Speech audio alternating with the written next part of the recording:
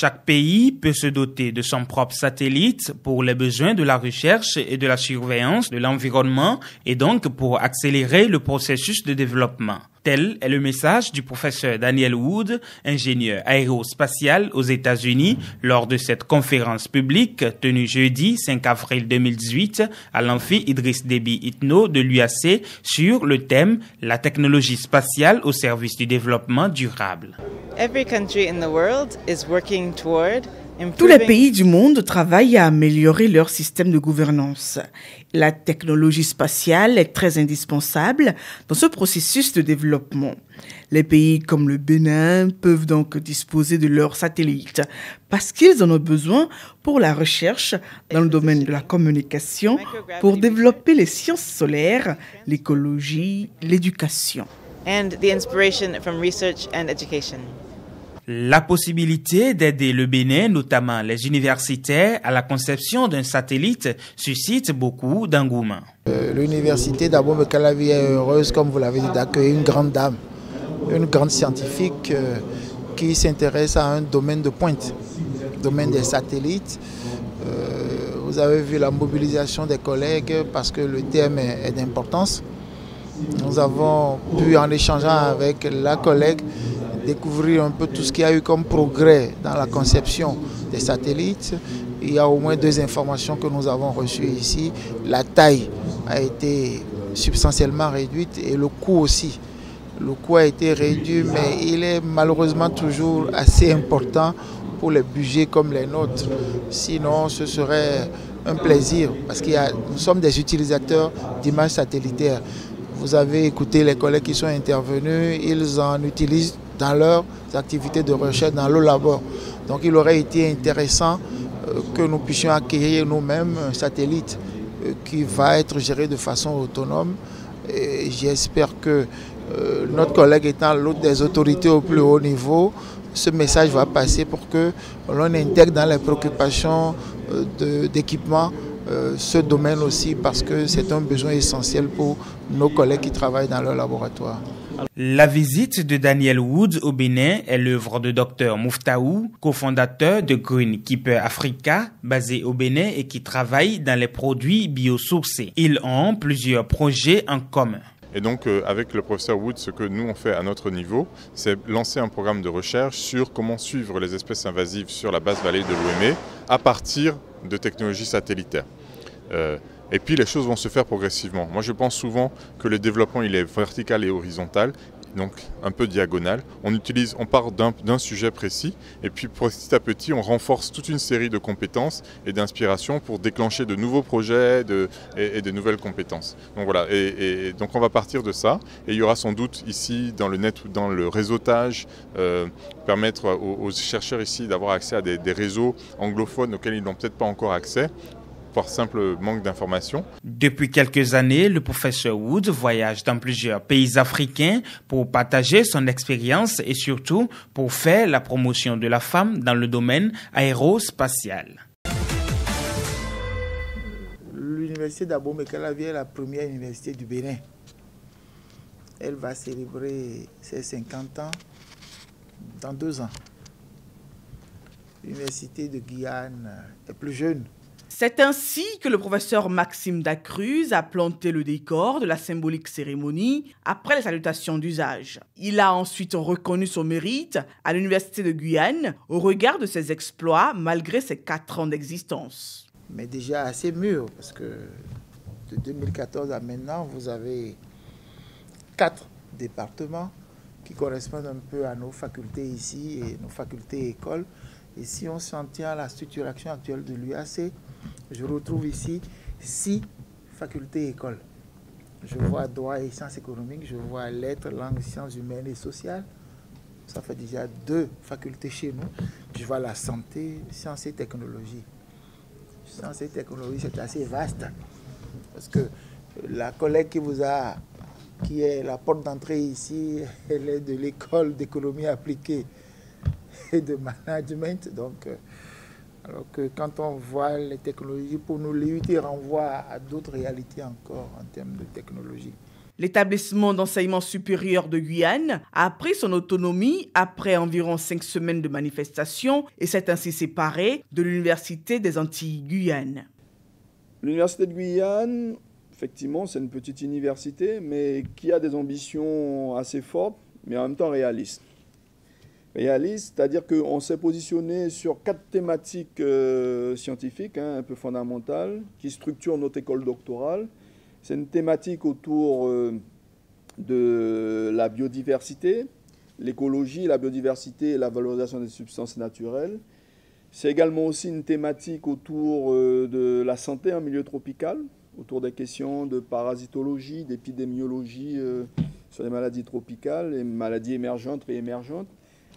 Nous avons à cœur de promouvoir à travers notre université des partenariats qui nous semblent pertinents à la fois par rapport aux enjeux des territoires liés aux questions humaines, aux questions des humanités, mais aux questions aussi des sciences sociales et économiques, mais aussi aux questions des sciences un petit peu plus qu'on appelle sciences dures. Pour le président de l'Université de Guyane, accentuer le réseau de partenariats est le meilleur moyen d'aller plus loin dans le contexte de la globalisation. La signature des documents, celle du livre d'or, la visite de quelques laboratoires ont mis un terme à la rencontre entre autorités des universités guyanaises et béninoises.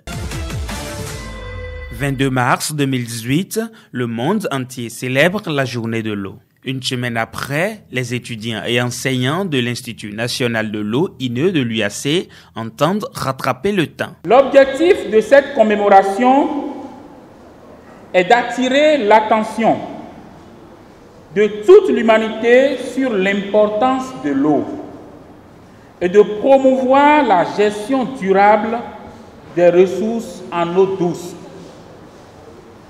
Le thème retenu cette année par l'ONU est formulé ainsi: l'eau, la solution est dans la nature. Pour les professionnels, la crise de l'eau dans le monde est indissociable du phénomène du changement climatique. Lorsque nous regardons le couvert végétal, la dégradation du couvert végétal entraîne l'accélération de l'évapotranspiration et par conséquent la raréfaction de la ressource. La recharge des eaux souterraines va également prendre un coup par rapport à cela. Les inondations, la sécheresse et la pollution de l'eau sont aggravées par la dégradation de la végétation, des sols, des rivières et des lacs. En 2017, selon un rapport de l'OMS et du Fonds des Nations Unies pour l'enfance, 2,1 milliards de personnes, soit 30% de la population mondiale, n'ont pas accès à l'eau potable. Et 4,5 milliards de personnes n'ont pas accès à de l'eau traitée, ni à la collecte et au traitement des eaux usées. Un problème auquel des débuts de solutions existent. Aujourd'hui, nous avons Opuntia et d'autres plantes, telles que l'aloès, qui peuvent être utilisées pour traiter les eaux usées en ajoutant un peu des éléments basiques. Il y a d'autres, le moringa peut aller jusqu'au niveau du traitement de l'eau, de la clarification de l'eau pour la boisson, donc de l'eau potable. Alors, ces plantes-là sont issues de la nature et on peut les utiliser encore pour améliorer la qualité de l'eau pour notre alimentation. Autre élément de la nature qui peut intervenir pour nous aider, c'est les énergies renouvelables. Pour accroître la disponibilité en eau potable, il faut également harmoniser l'infrastructure verte et l'infrastructure grise. Planter de nouvelles forêts, reconnecter les rivières des plaines inondables et restaurer les zones humides permettront de rééquilibrer le cycle de l'eau et d'améliorer la santé humaine et les moyens de subsistance. La particularité de l'édition 2018 de la Journée mondiale de l'eau est qu'elle coïncide avec le lancement de la décennie internationale d'action 2018-2028 sur le thème eau et développement durable. Il y a actuellement des travaux sur le baobab africain, ce que nous appelons Adansonia digitata ou Passati en fond.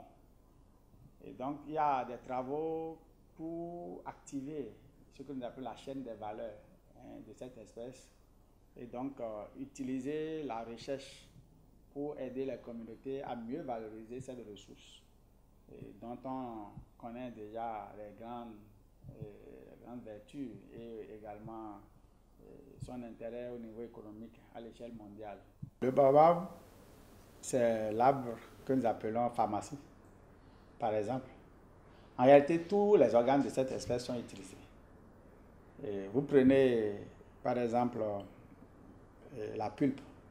La pulpe de baobab est vendue, et la pulpe de baobab, c'est ça. C'est vendu à environ 200 € le kilogramme en Europe, sur le marché européen. Ça fait 130 000 francs CFA. Au Bénin, on ne sait pas encore, peut-être. Mais il faut créer un créneau pour couler cette ressource, par exemple. Sur le plan économique, c'est déjà un avantage de valoriser le baobab.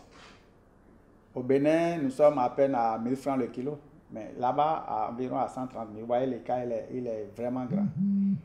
D'un autre côté, si vous prenez cette pulpe, elle est bourrée de vitamine C et de ce que nous appelons les antioxydants. C'est au moins 50 fois la teneur en vitamine C du citron.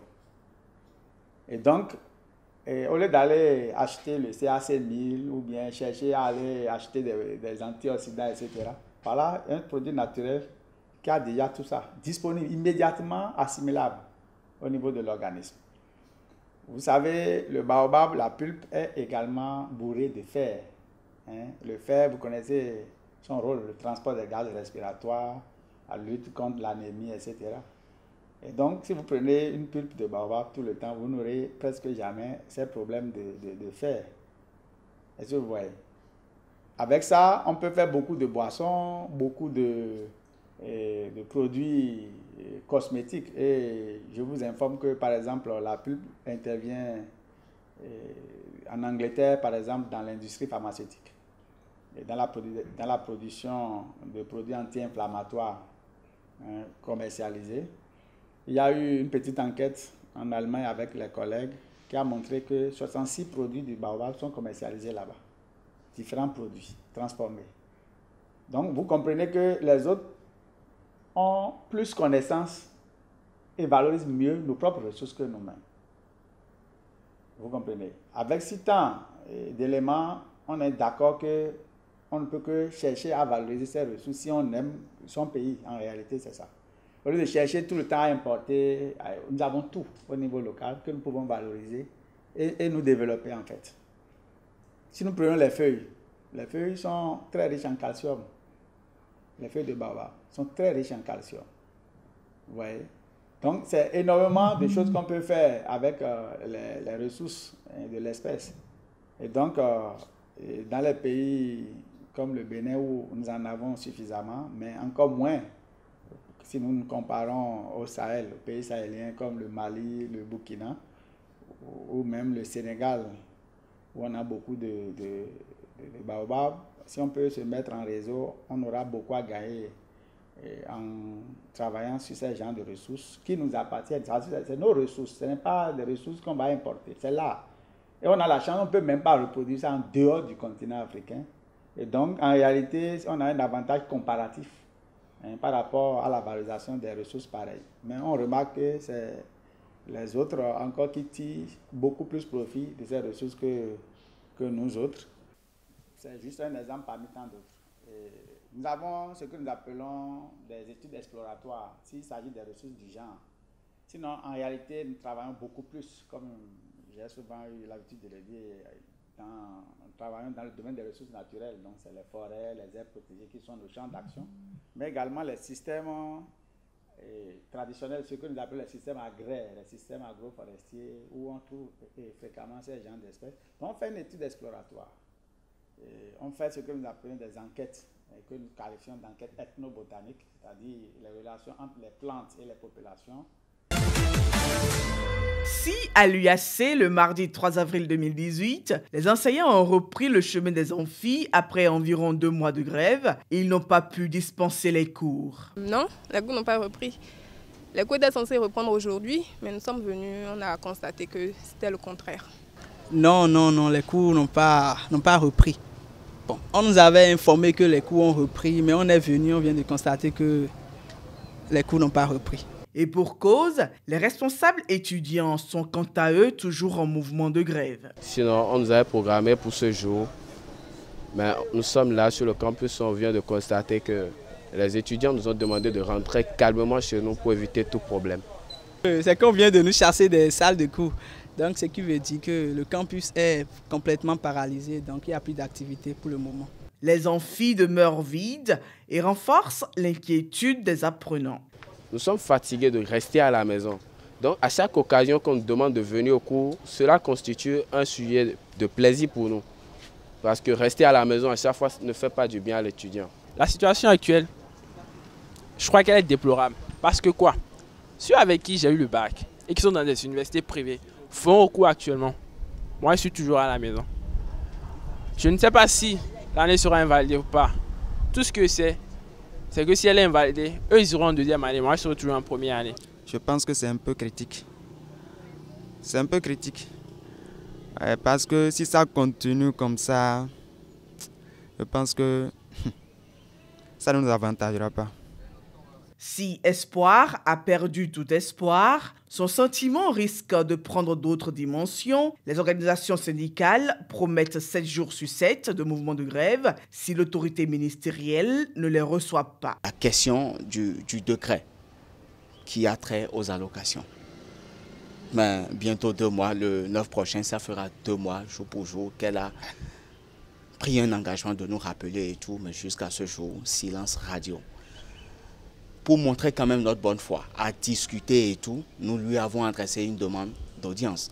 Mais jusqu'à ce jour, c'est resté sans suite. Nous avons envisagé au cours de notre assemblée générale de la semaine passée, passer à 7 jours sur 7 pour que véritablement l'autorité sache que cette couche juvénile-là, il faut véritablement l'écouter. À partir du 9 avril prochain, nous comptons passer de 96 heures à 7 jours sur 7. Pour le responsable étudiant, les procédures judiciaires du fait de la lenteur administrative ne constituent pas leur premier choix. Nous nous basons sur les contacts immédiats pour que véritablement une suite favorable soit donnée tout de suite et maintenant. J'avoue, sur le plan juridique, nous n'avons pas encore entamé véritablement. C'est vrai, nous avons adressé des demandes d'audience à certaines autorités judiciaires et tout pour espérer quand même qu'elles puissent intervenir pour nous aider à désamorcer. Mais pour l'heure, c'est qu'il faut véritablement travailler à sauver l'année et véritablement ramener en droit. Tous souhaitent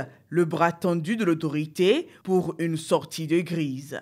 Mais tout ce que nous voulons de l'autorité, c'est qu'elle nous reçoive, qu'elle nous écoute, pour qu'ensemble nous puissions, de père à enfant, de mère à enfant, discuter et parler.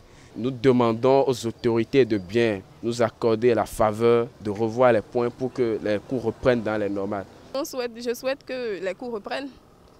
C'est notre principal souhait. S'il y a possibilité que le gouvernement écoute les revendications des étudiants comme il a fait pour les professeurs. Mais pour l'heure, l'UAC est vide de ses principaux occupants.